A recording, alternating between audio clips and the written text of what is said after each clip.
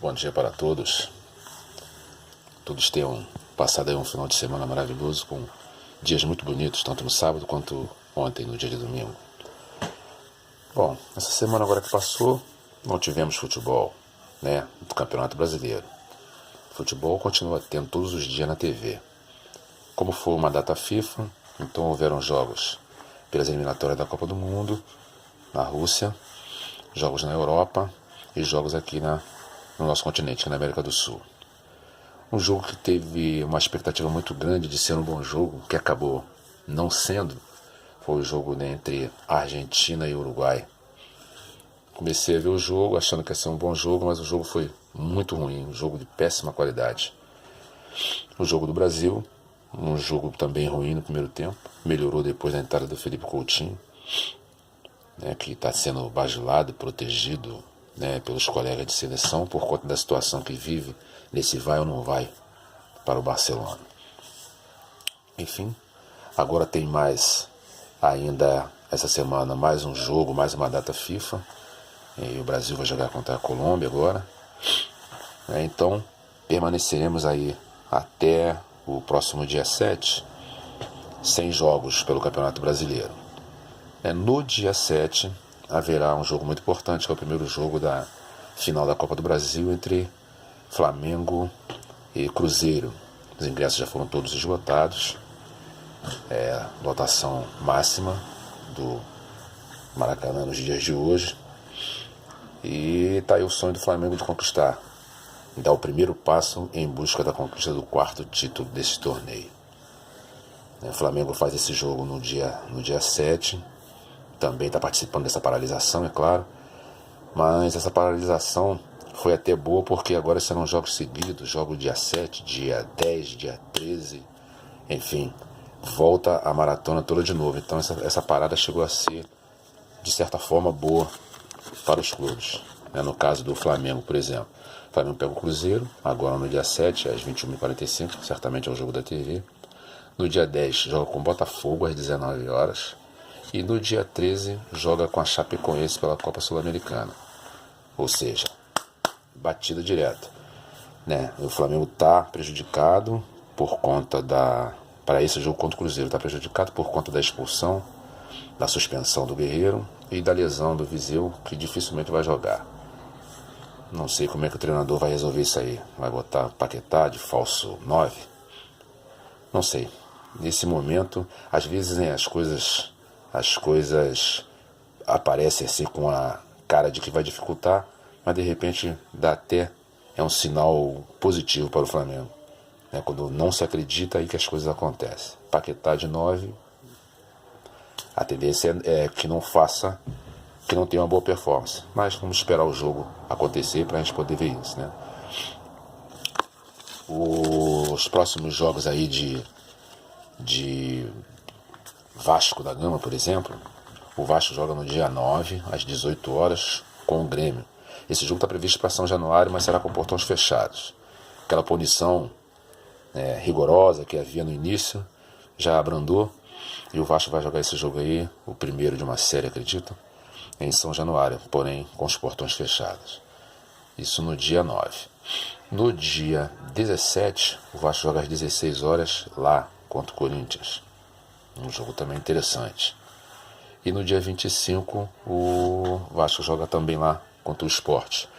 Ou seja, 3 saídas, 2 saídas para o Vasco. Uma em São Januário com portões fechados. É um clima totalmente diferente para se jogar assim. E depois tem 2 saídas. Uma saída para jogar com o Corinthians e outra para jogar com o Sport. 2 jogos muito difíceis. E já será com o mando do treinador Zé Ricardo, a partir desse primeiro jogo agora no dia 9.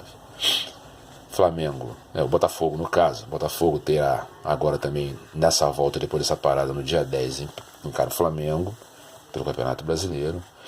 No dia 13, 3 dias depois, olha só que coisa, encara o Grêmio, por mais uma etapa aí da Libertadores, 21 horas.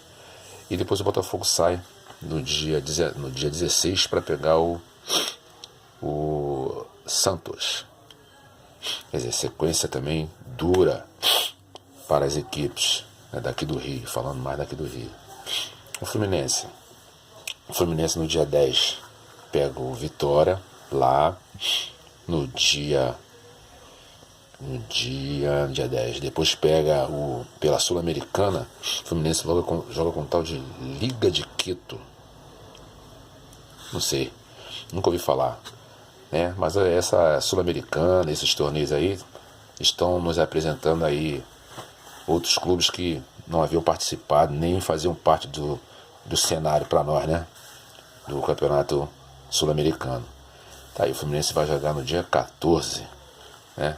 Contra esse Liga de Quito. E depois no dia 17 às 16 horas pega o Atlético Paranaense lá. O Fluminense está com sérios problemas aí de elenco, né? Tem perdido alguns jogadores, tem contado com a volta de alguns jogadores aí que vêm de contusão, mas o Fluminense caiu bastante de produção. O Fluminense hoje ele já está com um nível de qualidade do futebol jogado inferior ao Vasco, no meu modo de ver. O Vasco está crescendo um pouquinho e na hora certa. E vamos ver se o Zé Ricardo consegue dar uma qualidade maior lá no Vasco. Mas é nítido, pelo menos para mim, que o Fluminense está perdendo em qualidade para o Vasco da Gama, que tinha uma qualidade inferior. Tudo isso no meu modo de ver, não é que eu esteja certo de nada. Dos concorrentes aí ao título brasileiro, o Corinthians, por exemplo, joga no dia 10, às 16 horas contra o Santos, joga fora de casa. O Santos também está indo atrás do Corinthians. Depois o Corinthians joga pela Sul-Americana com o Racing no dia 13. E no dia 17 o Corinthians joga com o Vasco da Gama às 16 horas. O Grêmio pega o Vasco, depois o Botafogo e depois Chapecó. Sendo que o jogo contra o Botafogo é o jogo pela Libertadores. Vasco e Chapecó já serão pelo Campeonato Brasileiro, né? Como sempre digo, a polêmica da semana foi com relação à manchete do Jornal Extra, manchete de capa do Jornal Extra, falando do Muralha. Eu em nenhum momento posso concordar com aquela manchete. O Extra sugere que não se chame mais o jogador do Flamengo de Muralha, querendo dizer que ele não honra o nome Muralha por conta da má fase que vem passando. Se é má fase, se é uma questão de qualidade técnica do Muralha, o jornal, a imprensa não deve fazer esse tipo de comentário. A imprensa, no meu modo, é para noticiar. Essa parte aí de apelidar, de dizer que o cara não joga nada, que o cara é um perna de pau, que o goleiro é um frangueiro, isso aí fica pro torcedor. A imprensa, o jornal, não tem que ser torcedor. Entendeu? O jornal tem que noticiar. E deixar essa outra parte aí para quem está fora do campo, o torcedor. Um torcedor que pode vaiar, pode até xingar. Só não concordo com o torcedor e em ser treinamento atrapalhar o trabalho dos caras. No restante, o torcedor faz o que quiser. E o melhor protesto que o torcedor pode fazer é não ir ao jogo. Entendeu? E isso aí o jornal não pode incentivar. Isso aí é do próprio torcedor. Eu, como torcedor do Flamengo, quando eu estou aborrecido, eu não compro nada do Flamengo, não vou ao estádio ver jogo. Entendeu? E a imprensa está fazendo um papel de torcedor. E isso aí tá por fora. Eu acho que não é por aí. Eu acho que o Moreira está certo, deve levar à justiça sim, pedir retratação do mesmo tamanho lá da manchete de capa e pedir indenização por danos morais. O cara tem família, tem mulher, tem filhos em idade escolar. Como é que fica essa situação? Eu acho que foi um tiro no pé da direção do jornal permitir que chegasse a esse ponto. Alcançaram aí um número de venda de jornal bastante alto, bastante expressivo, mas de repente vão ter que pagar todo esse lucro aí com indenização ao profissional, né? Então, aguardemos aí o jogo de amanhã da seleção brasileira contra a Colômbia, que agora é um amistoso, já que a seleção brasileira já é a primeira colocada e classificada para a Copa do Mundo. Então vai cumprir essa tabela aí, jogar contra a Colômbia. E pra gente voltar logo pra nossa casinha aqui, né? Nosso futebolzinho nosso de cada dia, né? A gente sente uma falta tremenda disso aí. Tá ok?